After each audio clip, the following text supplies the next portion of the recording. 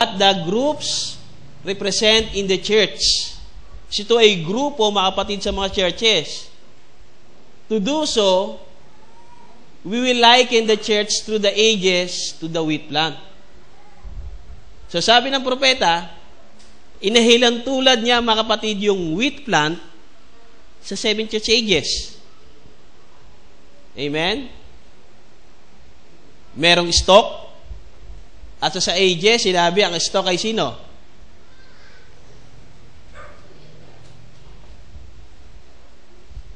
Okay? Balik ka ba? Hindi yan. Up.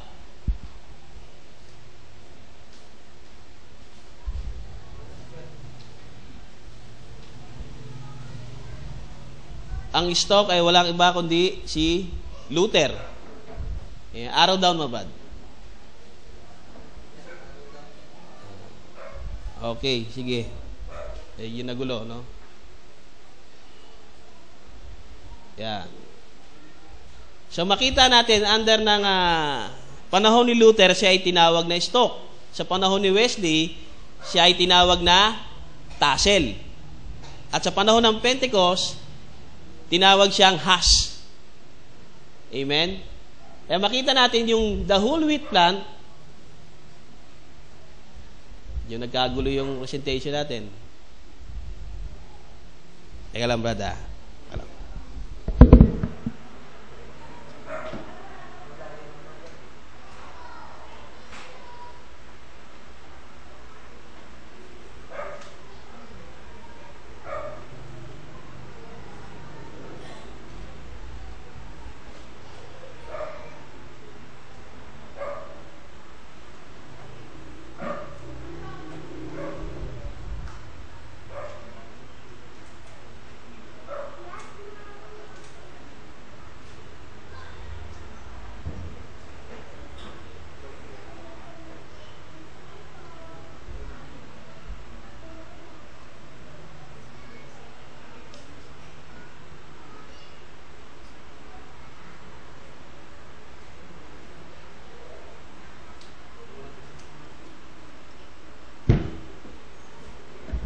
Okay, at medyo nagkaroon ng problema sa ating computer, bumagal, kaya siguro wag na tayo mag-presentation, ano? Inabala. Para magtuloy-tuloy tayo at hindi maubos ang oras, patayin mo na siguro yan, bad. At actually, yan ang mas maganda, yung presentation, para lalo nating maunawaan at masundan. Pero kung talagang hindi makuha, ay siguro sa sunod na lang na linggo ay maayos yung computer na yan. Amen? Okay, tuloy na lang natin, mga kapatid. Dito na lang tayo dumirekta at pakinggan nyo na lang. Amen? Hindi kalooban na magamit natin yung projector ngayon. Okay? Dito sa 7 church ages, sa Sabdician church age, sabi dito, to understand this subject even more clearly, it will now be wise to approach it from the standpoint of the church through the ages. Up until now, we have been thinking in terms of the removal of the names of individual. Now, we want to consider not the individuals, but the groups represented in the church. To do so, we will liken the church through the ages, the wheat plant. So, inilang tulad, mga kapatid, yung 7 church ages sa wheat plant. Amen? Makita natin ang wheat plant, meron siyang 3 major components o 3 major stages. Ang una ay ang stalk, ang sumunod ay ang tassel, ang sumunod ay husk. Ang stalk ay sa panahon ni Luther, ang tassel ay sa panahon ni Wesley, at ang husk o yung chop ay sa panahon ng Pentecostal. Amen? A grain of wheat is planted to the end that a single seed of wheat will produce and multiply itself through a certain process during a certain period of time. So yung single wheat na yan, kung sa presentation nakita nyo, merong binhi dun sa baba, yung mga kapatid na inaitanim. At pagdaan ng 7 church ages, sabi dito, a certain process during a certain period of time, that single seed will die. Di ba? Kapag naghasi ka ng binhi, yung seed na yun mamamatay, mabubulok. Sabi dito, but in dying, the life that was in it will come up into a plant. Di ba? Yung seed na namatay na yun, na nahasik sa ground, darating ang time, uusbong siya. Magiging isang plant. Which in turn will the bearer or carrier of the life, which is to come back to originality in multiplied form. Amen? Kaya pag naging plant na, mga kapatid, yung seed na nahasik at umusbong na siya, yung binhi na yun dadami. Amen? Pero makita natin, isang binhi lang inahasik sa ground, nung maging plant na siya, ano na siya? Naging multiplied form. Jesus, the great royal seed, died. Diba? Sa yung binhi na nahasik sa ground.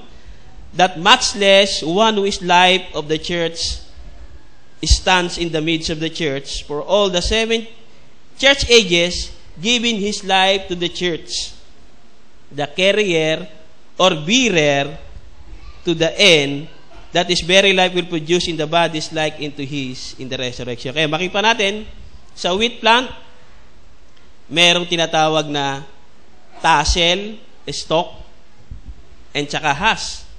Na yung tatlo na yun ay bearer, mga kapatid, ng life. Now, sabi dito, the record of this wheat plant, whose end is to produce the original seed in multiplied form, is the book of life. Okay na ba yan, Brad? Now, the record of this wheat plant, whose end is to produce the original seed. Ito, mga kapatid, yung original seed in multiplied form. Diba? Ito na yung multiplied form niya. Sabi niya, is the book of life. I repeat, the history or the record of this wheat plant, sabi niya, is the book of life. Of which part of the book of life, yung bahagi daw, part ng book of life, is the record of eternal life.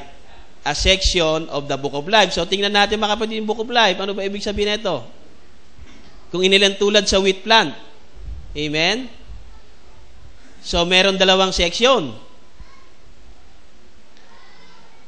Ang book of life, yung unang section niya ay tinawag na book of life. Amen? Yung kabilang section, mga kapatid, ay tinawag na Lamb's Book of Life.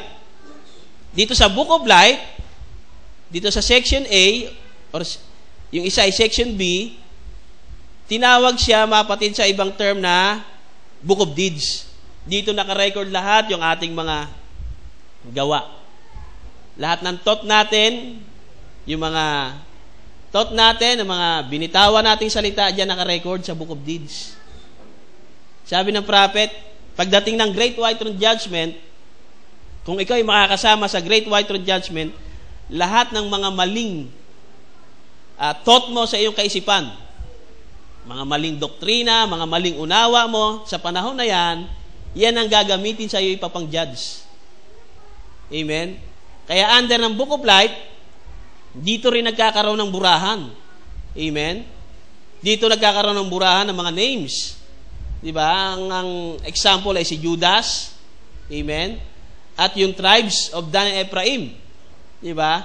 Dito rin sa Book of Life, masusumpungan mo ang foolish virgin, ang righteous, yung Jews under ng fifth seal, na kung saan humihingi ng katarungan.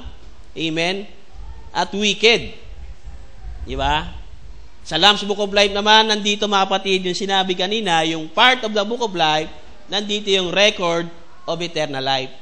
Dito ba sa Book of Life, may eternal life ba? Amen. So, itong mga naisulat, itong foolish virgin, righteous, Jews, wicked, sila ay papasok sa second resurrection. Diba? Ang foolish virgin, ang righteous, at yung Jews under ang fifth seal, sa panahon na yan, under ang second resurrection, doon palang i-award sa kanila yung eternal life. Amen? Pero mga kapatid, dito sa Lamb's Book of Life, dito yung record mo na